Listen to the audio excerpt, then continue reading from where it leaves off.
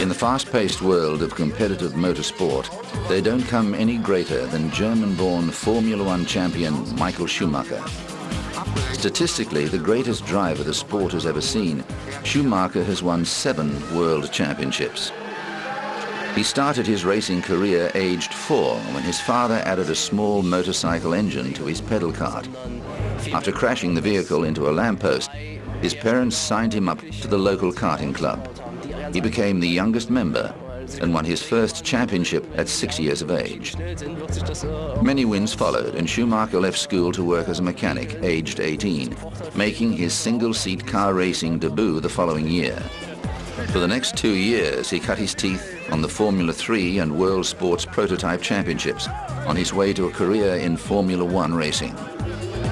Schumacher made his Formula One debut at the 1991 Belgian Grand Prix as a member of the Jordan Ford team, qualifying 7th, but forced out in the first lap of the race due to clutch problems.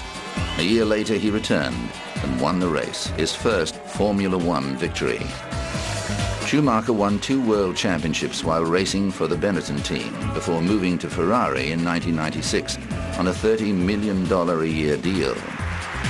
Ferrari had not won a drivers' championship since 1979, and Schumi transformed the team, building up a series of impressive wins and proving especially competitive in the wet. In 2000, he reached 41 wins, overtaking the record of his favorite racer, the late Ayrton Senna. He was world champion every year from 2000 to 2005, winning his 7th and final title, fittingly, at the Belgian Grand Prix, where he had started his career a decade and a half earlier. In a sport that claims as many casualties as motor racing, Schumacher has been fortunate to come out relatively unscathed, suffering his only serious crash in 1999 at the British Grand Prix, when the Ferrari's rear brake failed, sending him off the track. He broke a leg and was sidelined for 6 races, while Finnish driver Mika Salo filled his place. Schumacher's success as a racing driver has been credited to his talent for making split-second decisions and ability to instantly adapt to changing conditions. He also kept himself extremely fit, giving him the stamina to race lap after lap at peak performance. In 2003, Schumacher's skills were tested to the utmost when he raced against a Eurofighter jet near Rome. Schumi won the 600-meter race by 0.2 seconds, but lost the 900 and 1200-meter challenges.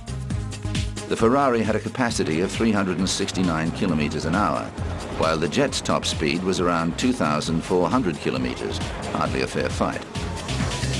The pilot later said diplomatically that each mode of transport was king in its own element. For Schumi, racing has never been about the money or the fame. It is the thrill of driving the fastest cars in the world and competing against the best. I look forward to plenty more championships, honestly, because I'm just so much in love with that sport. And for me, the number of success is not the drive of my motivation, it's simply the sport itself. But 3 years after that interview, Schumacher retired from competitive racing aged 37 at the height of his success. Although he left the Grand Prix world behind, Schumi demonstrated he still has that racing magic. In late 2007, when running late for a flight, he politely asked the cab driver to move to the passenger side, took the wheel, and gave the minivan a workout.